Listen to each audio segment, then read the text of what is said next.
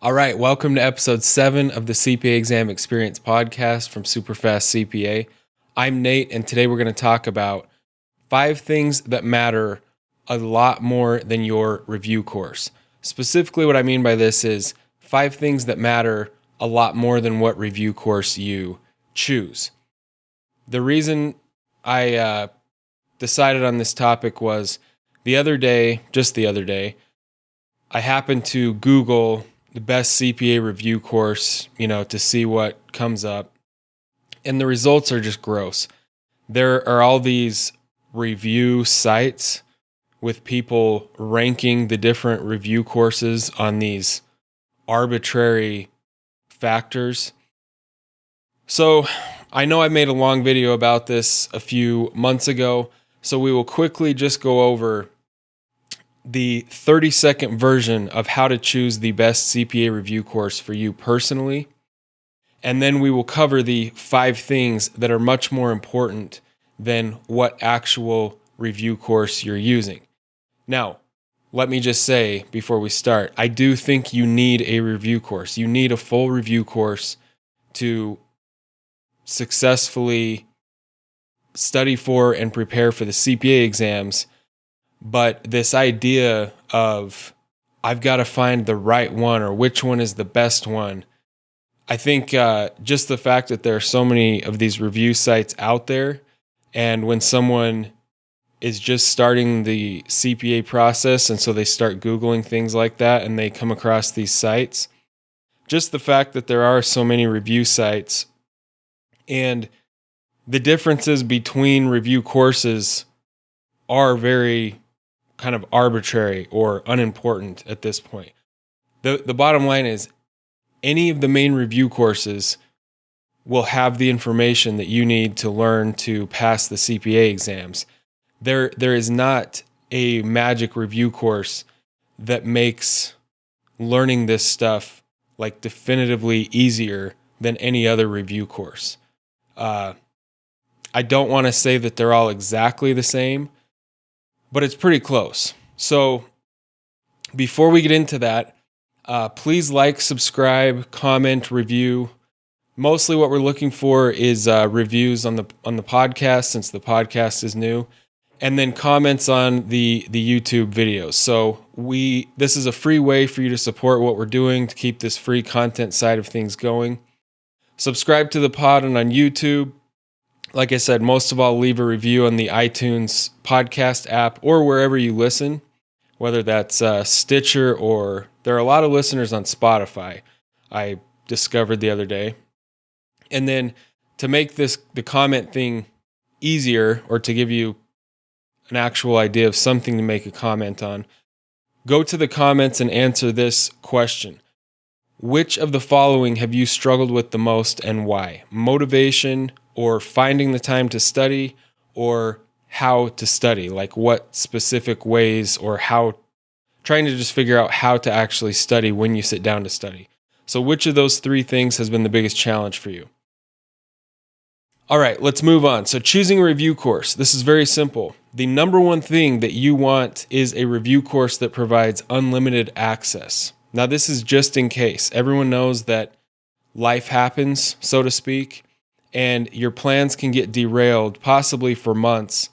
There are a lot of unforeseen things that can happen, and so, including currently this coronavirus thing. And I haven't looked into this until I literally just had that thought just now. But all these review courses that only give you 18 months of access, where you can't even go in and test right now, currently, I don't know. I wonder how they're dealing with that, if they're going to extend people's access or how they're going to deal with that. I'm assuming they would extend access for as long as the testing centers aren't open. Well, I guess I don't know that. But if you have a review course that provides unlimited access, then you don't need to worry about that. Now, a lot of the courses are starting to say they include unlimited access. You need to read some of the details because some of them have these strings attached, where you have to provide certain documentation. And if you're the actual student that purchased the course and you have your NTS, you can show them or whatever. It's really not that big of a deal. But the one I do know for a fact is this: with CPA Excel, you just have to get on a little live chat and basically ask for another year of access, and that's all it is. So CPA Excel is the number one course that I recommend to anyone that asks me, not just because of that, but that is a huge factor. I like their course layout. I like their content. I would put it head to head with Becker, and it's a lot less expensive than Becker. So if you're spending your own money, look into CPA Excel. So the other second factor is, like I said, look into it, but here's how you really know. You want to narrow it down to courses that provide unlimited access, and then from there, take a few free trials from those and spend a few hours with the interface in each one to just see which one you like the best. That is how to choose the best review course for you. You don't need to read all these different ranking sites and read their fake rankings. So moving on to the 5 things that are more important than what actual review course you're using. These are much more important. Now, again, that's with the understanding that you have a review course, a current full review course. But again, the name brand on the front doesn't really matter, okay? So going into this, first of all is your actual study methods. The best study material is worthless if you don't have an effective way of understanding and retaining the information in the review course, okay? That should be obvious.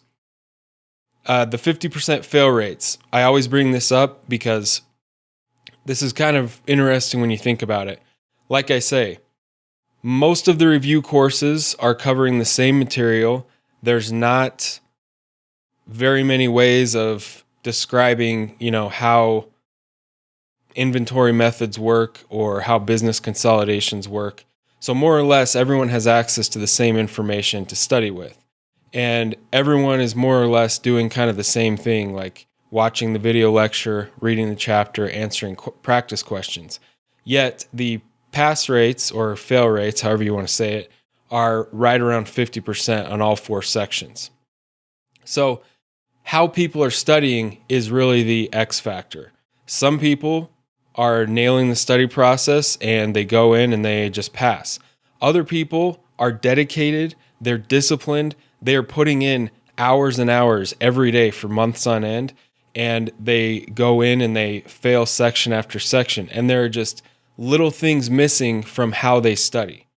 And that's just a fact. I mean, obviously, based on those pass rates. So you have to have a reliable, systematic way of studying. This is another thing I say a lot. There are no moral victories with the CPA exams. What that means is you can put in all this time and effort, you stop doing your favorite hobbies for a few months, you give up a lot, putting in a lot of time and effort. But even if you're doing all that, if you can't go in and score a 75, they don't give you your CPA license.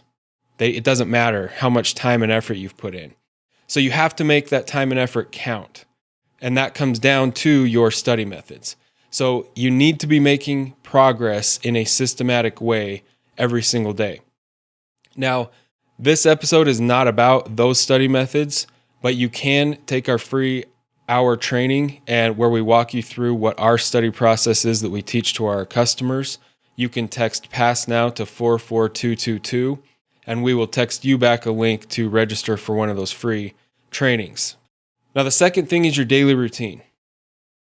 The best material and the best study methods, even if you have that figured out, those put together are worthless if you can't fit in your studying each day. If your study routine or the number of study hours you're trying to hit, if that just does not mesh with your daily routine, and a few days each week are going by where you don't get any studying done, then having the best study methods and the best material doesn't mean anything. Now, 4 to 5 hour sessions, this is what most people are trying to do. These, you have to realize, you have to look at this from a practical or a pragmatic point of view. 4 to 5 hour sessions are extremely hard to find the time for day in and day out, especially if you are working full time, and then especially if you have kids or just a lot of other real life type things going on. Finding 4 or 5 hours consistently on a daily basis is very hard. 4 to 5 hour sessions are also extremely hard mentally and emotionally to accomplish each day. This is another thing I talk about a lot. A lot of people, they're just going through life, you're working full time and people just assume that, yeah, I'm just going to start studying for the CPA exams. And they don't really have an idea yet of what that really means or what that entails, what it's going to look like on a daily basis if they're going to be successful. It does take multiple hours of studying every day. So it's a lot like someone trying to, going from kind of just eating whatever they feel like, basically not following a diet, and then, getting sick of carrying around 20 or 30 extra pounds or whatever. And then they just decide they're going to jump into like a 1,200 or 1,500 calorie diet. That's so restrictive and it's so different and hard to do. And it's so miserable that you might do that for a few days, maybe a week, maybe 2 weeks, but you will not stick to a 1,200 calorie diet each day. So you always hear the thing that the best diet is the one that you will actually stick to. So along with that, the best study routine is one that you can actually stick to, one that actually fits in to your daily routine. Now, it should go without saying, there is some sacrifice and rearranging, even if you're going to just study 2 hours a day with your review course, which is what we teach our clients how to do. You're still going to have to move things around to find that 2 hours, but that's infinitely easier to find 2 extra hours a day than it is to find 4 or 5 extra hours a day. So it makes a lot more sense, or it's much more feasible or doable to break up your studying into one shorter main session and then what we call mini sessions from your phone. And, whether you use our study products or not, that is why we created our study products, and they are the way they are, to do those mini sessions and have them be almost as close to a full study session as they can be being on your phone. So you break it up, but this makes a lot more sense. It's a lot easier to fit into your actual daily routine. You do the 2 hour main session in the morning with your review course, then you listen to audio notes on your way to work. Whenever you're in your car, you, instead of doing social media on your phone throughout the day, you work through our review notes and take our quizzes as much as you can. And all that stuff can add an extra 2 or 3 hours a day, and breaking up the studying and kind of using your brain to think about and review these concepts multiple times a day. That part isn't even our idea. That's just a proven way of learning material, learning something new much faster and more effectively, and retaining it much longer, or retaining it much more effectively. Number 3 is your commitment and your motivation. You're probably seeing a pattern here. The best material and the best study methods, and even if you have all day to study, all of that put together is again worthless if you can't find it in yourself to actually sit down and study every day. So this is another huge factor, or another big piece of the puzzle. Motivation is greatly enhanced by a sense of accomplishment and progress. Okay, so this is important to understand. And on the other hand, a sense of futility or feeling stuck, that kills motivation and it makes you question your commitment. So this comes back to having a systematic study process that you know is working, so that each day as you complete your study routine, you have a sense of progress. You just know that, okay, I'm getting this. Like, this is improving. I'm getting better at this stuff. I'm understanding it better. And I'm remembering things when I see the questions. That fuels your motivation, and it just makes every other piece of this much easier. And then it works in reverse as well. If every day you're just kind of slogging through your study session and you just feel lost and like you're spinning your wheels, it's going to be very, very hard to sit down and grind through that again the next day when you just feel like it's a lost cause in general. So these factors, they all enhance each other, or they all kind of ruin each other. Like one piece missing out of the puzzle kind of ruins the other pieces. You kind of need all these things going for you at the same time. So having a systematic study process that you know is working is a big key to maintaining your commitment and motivation to actually study each day. The fourth thing is your ability to figure it out and gain momentum. Now, even with the best study material and the best study methods and the time to study, there will be times when you do get stuck. And there will be lessons or concepts that you just really struggle with. This little picture, if you're listening to the podcast and not the video, I'm sure you've seen this. It's the little graphic of what people think success looks like on the left side. And it's just a kind of a graph arrow pointing up and to the right, meaning success is just this linear thing that goes straight up as time goes on. And then on the right side, it says what it really looks like. And it's this squiggly line that is kind of going in circles, but in general kind of trends upward and to the right. And that's very true, and it's just very apparent in the daily CPA study process. Day to day, almost, or on a daily basis, as you go through your main study session, there will be parts of each lesson where you have kind of a sticking point, and you just kind of have to, like, being able to figure things out, that is a skill in itself. And so this figuring it out, that is a combination of having the study methods or having a framework for you to kind of follow, and then putting in the work and the time and the commitment. And then there are just kind of nuances to each lesson that you just kind of have to figure out. You just have to figure out how this study process really works. The other example I use a lot is riding a bike. It's easy to tell a 5-year-old, you sit on the bike and you do the pedals with your feet.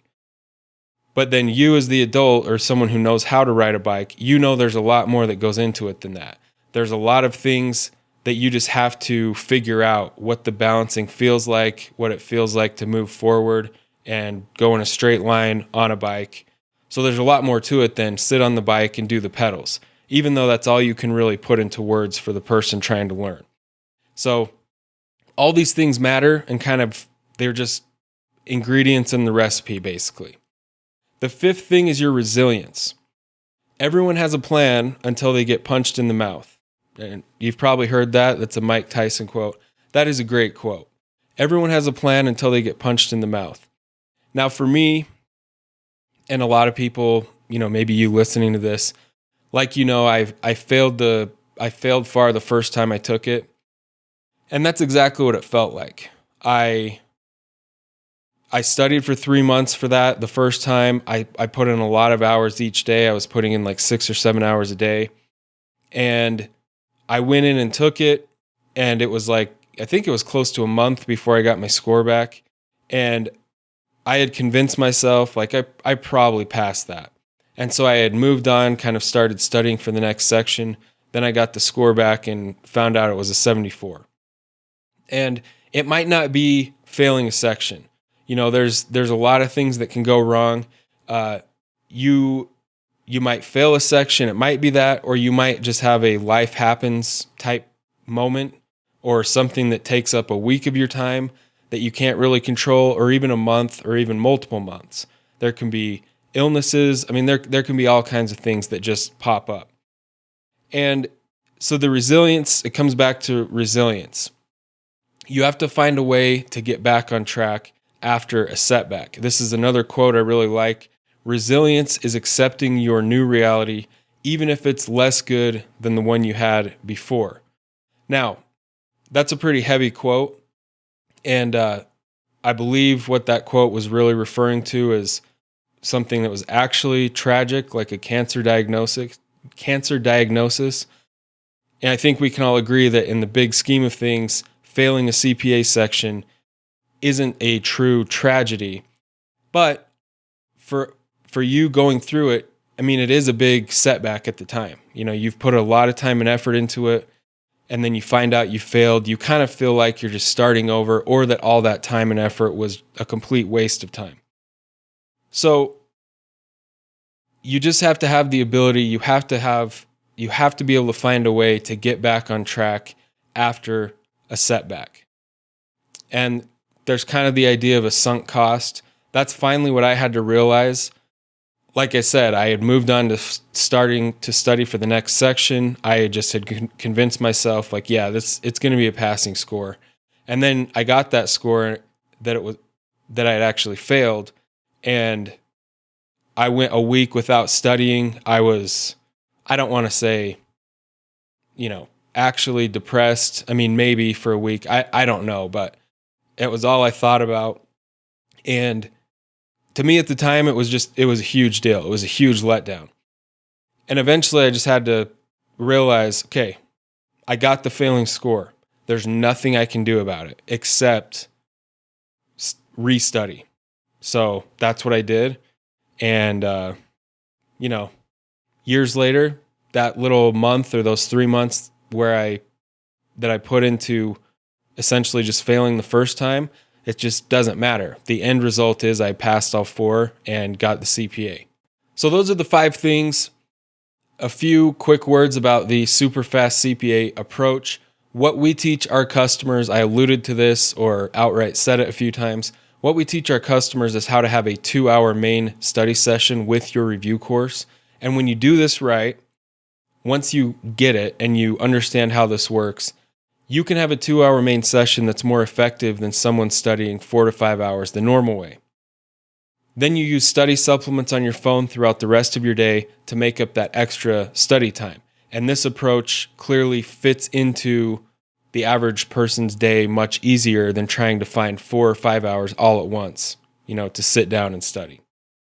So you can get a free overview of this process where we basically go through it in detail at superfastcpa.com/training, or just text PASS NOW to 44222. Again, please like and subscribe, leave a review in the iTunes app or the podcast app. And then the comment prompt for today, go to the comments below and just answer this question. Which of the following have you struggled with the most and why? Motivation, finding the time to study, or the how-to of studying, meaning what do I actually do to study? If you feel like you're stuck a lot, spinning your wheels, let us know in the comments, and then we'll go through and respond to those. And if you have something specific, maybe we can give you some tips on what specifically you're dealing with. So that is it for this episode. Thank you for watching, and until next time.